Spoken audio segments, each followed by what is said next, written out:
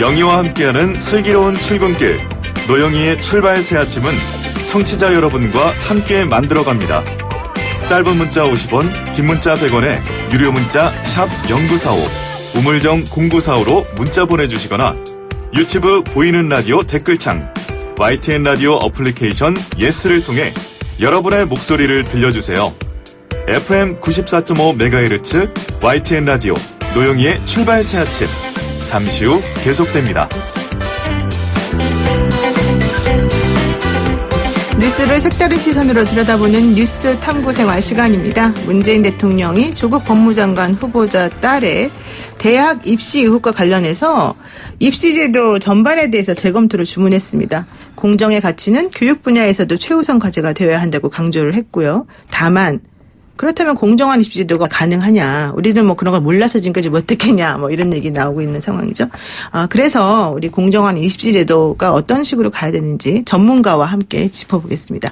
임성호 종로학원 하늘교육 대표 나와 계십니다. 안녕하세요. 네, 안녕하십니까. 네, 문 대통령이 입시제도 전반에 대한 재검토에 대한 언급을 했는데요. 일단 지금은 입시 전형이 어떻게 됐습니까? 너무 복잡하더라고요. 저희 입장에서도. 고등학교 3학년이 9월 6일부터 수시 원서 접수가 이제 이번 주부터 시작이 되는데 네. 수시와 정시로 크게 이원화되어 있고 전체적으로 이제 수시 선발 비율은 한 70% 정도 되고 있고 정시는 우리가 얘기하는 수능 점수 그대로 반영이 된다라고 보면 되고 수시는 학교 내신 성적과 뭐 스펙 이런 비교과 영역들이 굉장히 많이 들어가는 부분들이죠. 그러니까 수시로 들어가는 학생들은 수능을 안 봐도 되는 거예요?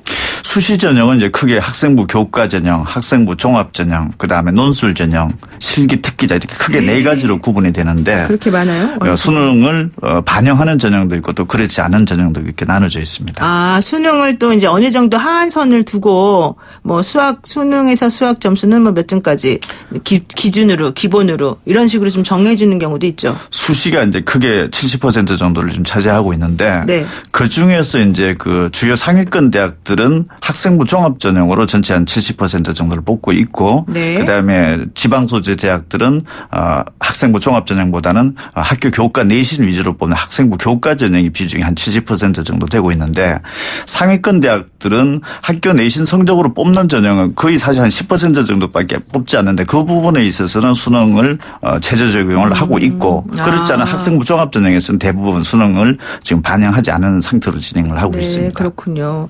근데 뭐 설명을 잘 듣긴 했는데 좀 더 잘 들어봐야지 구체적인 감이 올 것 같은데요. 그 전형별로 공정성 관련해서 논란의 여지가 있는 것 같긴 한데 어떤 부분들이 그렇습니까? 학생부 교과 전형은 사실 내신 성적 점수로 반영이 되기 때문에 네. 구체적인 수치가 드러나는 거기 때문에 사실은 좀 그 객관적으로 볼 수 있다 이렇게 될 수 있는데 학생부 종합 전형은 학생부 교과 성적도 반영이 되지만 서류와 면접 점수가 포함되기 때문에 그리고 또 주요 상위권 대학들에서는 거의 수시 전체에서 한 70% 정도를 학생부 종합 전형으로 뽑고 있는 거죠. 그 서류와 면접 과정에 있어서 여러 가지 어떤 부분들이 어떤 거 객관성 그리고 뭐 공정성 이런 어떤 거 논란의 여지가 있을 수 있는 전형이 바로 학생부 종합 전형이죠. 그러니까 이게 학생부 종합 전형이 전체 학생에서 한 몇 프로 정도가 되는 거죠? 그러면? 수시를 전체적으로 보면은 한 70% 정도를 뽑고 네. 있고 그 중에서 서울 소재 상위권 대학들은 학생부 종합 전형으로 70% 정도를 뽑고 있고 지방 소재 대학들은 학생부 종합 전형보다는 학생부 교과 성적 위주로 뽑는 전형이 한 70% 정도 된다 이렇게 보면 됩니다. 근데 왜 그러는 거예요? 왜 지방하고 이 수도권하고 달라요? 서울 소재 상위권 대학들은 아무래도 학생들이 우수한 학생들이 몰리는 구조이죠. 그리고 전국의 고등학교가 뭐 이것저것 다 합치면 거의 한 2,000개 가까운 학교가 되는데 네네. 학교마다 격차가 또 다 다르죠. 그러니까 고교 내신 성적만으로는 뽑기에는 상위권 대학들에서는 어느 정도 한계가 있고 하니까 네. 어떤 서류라든지 면접을 거기다 적용을 시켜서 학생들이 얼마만큼 더 우수하느냐 이런 부분들을 검증을 하는 작업이 진행되고 있는 네, 거죠. 그렇군요. 지금 수시 전형을 보면 대학마다 이제 전형 유형이 굉장히 다양한 걸로 나오고 있는데요. 그래서 이번에 조국 후보자 딸이 고대에 입학했을 때 들어갔던 세계 선도 인재 전형 이거 지금 이제 없어졌다고 하더라고요. 2010학년도하고 2011학년도 두 개 년도만 있고 지금 없어졌죠. 딱 그 두 해만 한 겁니까? 네네. 또? 왜 그런지 신기하네. 어쨌든 세계 선도 인재 전형이라고 하는 것도 결국 수능 점수 없이 입학할 수 있는 전형이었잖아요. 근데 이게 수능 점수 없이 입학할 수 있는 전형이 지금도 그 수시라는 걸 통해서 사실 이제 많이 이루어지고 있는 거죠. 전체적으로 주요 상위권 대학들도 전체 모집 인원에서 사실은 절반 정도는 현재도 수능을 반영을 하지 않고 있죠. 수시에서도 뭐 학생부 교과 전형에서는 어느 정도 그 수능 체제를 반영을 하는데 네네. 학생부 종합 전형에서는 주요 상위권 대학들에서도 지금 현재는 수능 체제 기준을 거의 폐지하는 어떤 상황입니다. 네, 그렇군요. 그런데 소논문이나 인턴십 같은 교회 활동 이런 거는 지금은 이제 그 반영을 하지 못하도록 하고 되고 교회 실적도 기재하지 못하도록 한 걸로 알고 있는데 왜 그렇습니까? 일단 수험생들의 부담을 줄이겠다라는 취지가 있고 또 이런 여러 가지 활동들이 본인 스스로의 어떤 노력보다는 주변에 어떤 그 조력이 스펙, 있어야 된다라는 부모님들의. 거죠. 그래서 부모님들의 어떤 인맥이라든지 이런 부분들이 좀 동원이 되지 않으면 준비 자체가 어렵다.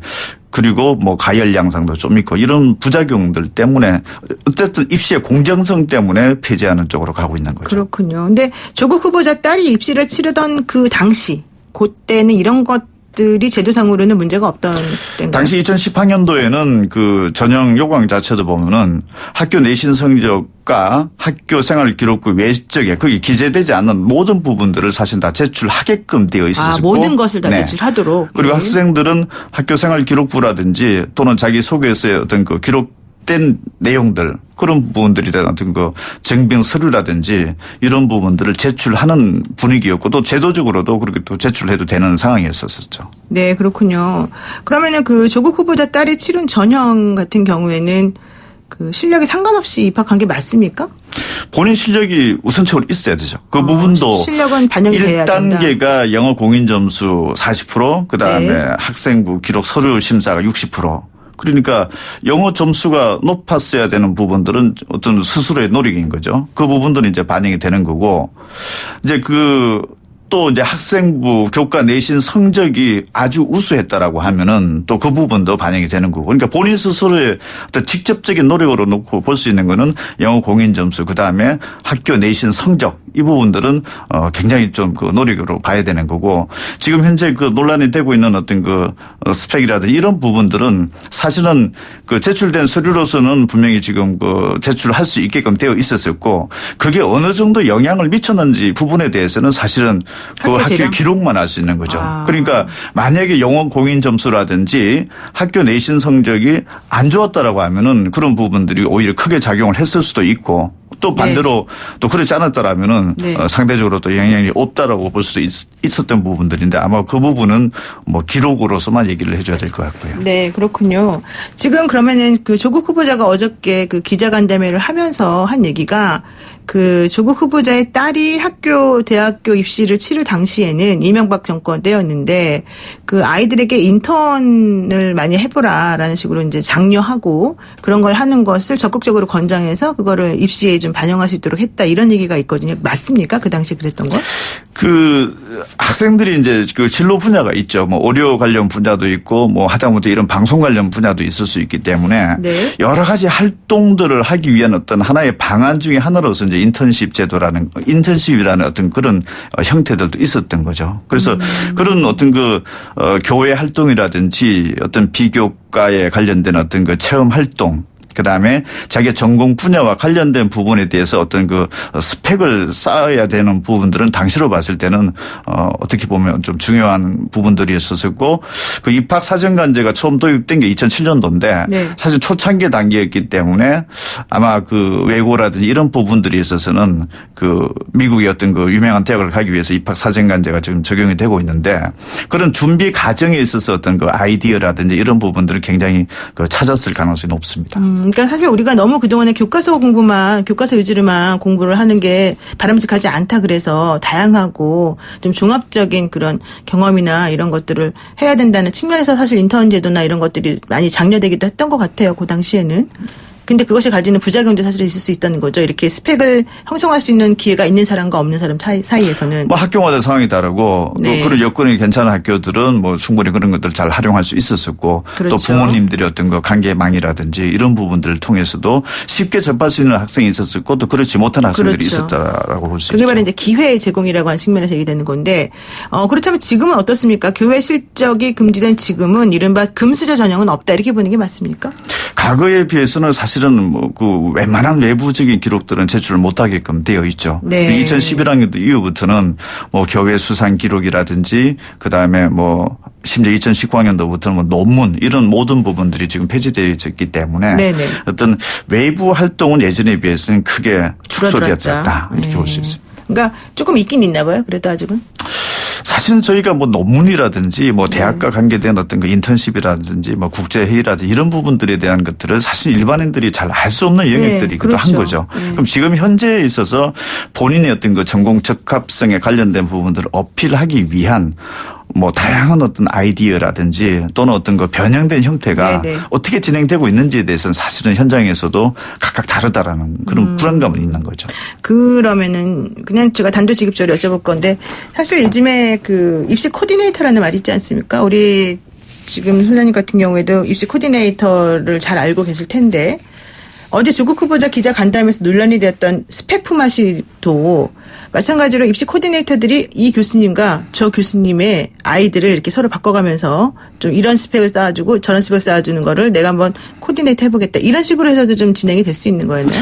당시에는 아마 그런 어떤 스펙 관리가 중요했기 때문에 그런 어떤 어떤 코디네이트 매니저의 역할이 굉장히 중요했을 것으로 볼 수는 보이고. 있습니다. 예. 그리고 뭐 하다못해 지금 여기 방송국에서도 어떤 뭐 체험 활동이라든지 이런 부분들이 요청에 들어올 수도 있었었고 네. 그러니까 당시로 봤을 때는 어떤 매니저의 어떤 오레인지도 역할을 할 수도 있었었고 뭐 지금까지도 사실 어떤 여러 부모님들이 어떤 관계망들을 통해서 각자 가지고 있는 어떤 직업 분야에 있어서 어떤 학생들을 좀 연결시켜서 이런 부분들은 뭐 어떻게 보면은 잘 알려지진 않았지만은 일반적으로 어떤 사람들이 그 형태가 좀 형태라든지 질의 어떤 질적인 차원이 좀 달라서 그렇지 뭐 여러 가지 부분들이 존재했던 건 사실인 거죠. 그러면은 만약에 뭐 부모님의 중심이 되지 않고 코디네이터가 즉 선생님이 얘는 이런 식으로 쟤는 저런 식으로 한번 우리가 묶어서 한번 스펙을 만들어주자라고 생각을 해서 아이들의 스펙을 이제 계획해서 실행을 하는 과정이 있다고 치면 그 상대방 아이의 부모님들에게는 알리지 않고 그냥 선생님 주도적으로 이 A라고 하는 아이의 뭐 이 인턴 스펙을 쌓아주기 위해서 이런 걸 한번 해봅시다. 저런 걸 해봅시다. 이렇게 해볼 수가 있는 거예요. 그러니까 무슨 얘기냐면 예컨대 조국 후보자는 본인은 전혀 몰랐다. 상대방 그 아이의 부모하고 연락한 적도 없고 이런 식으로 지낸지는 몰랐다. 이런 얘기를 어제 했기 때문에 그게 가능한 건지를 제가 여쭤보는 거예요. 사실은 미국식 입학사정관제에 대해서 연구를 많이 했던 분야 자체가 외국고등학교 유학반이라든지 이런 부분들에서 사실 미국 대학을 준비를 하는 학생들이 그렇죠. 많기 때문에 네.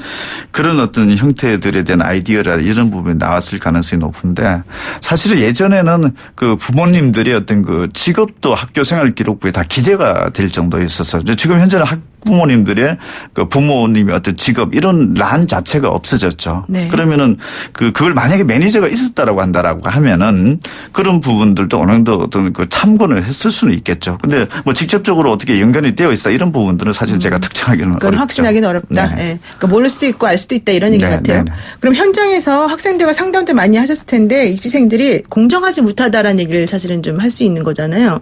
이 공정이라고 하는 것에 대해서 아이들의 나는 내 실력을 제대로 평가받고 싶고 내 실력대로 내가 원하는 학교 가고 싶다 이런 식으로 생각하는 겁니까? 아니면 내 실력보다 좀 더 좋은 곳에 가면 그걸 공정이라고 생각하는 겁니까? 뭡니까 공정이 정확하게 아이들이 생각하는.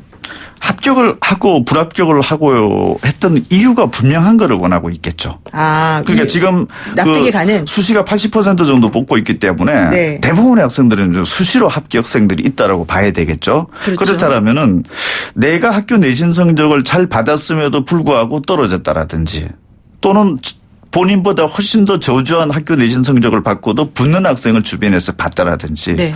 이런 부분 자체가 납득하기 어려운 부분 이게 자체를 바로 공정성으로 이제 문제가 삼고 있는 거죠. 그러니까 학생들 입장에서는 내가 무슨 노력을 하게 되면은 저 대학에 붙을 수 있다라는 분명한 룰을 가르쳐 달라라는 거죠. 근데 지금 현재 룰 자체를 잘 모르겠다라고 하는 것 자체.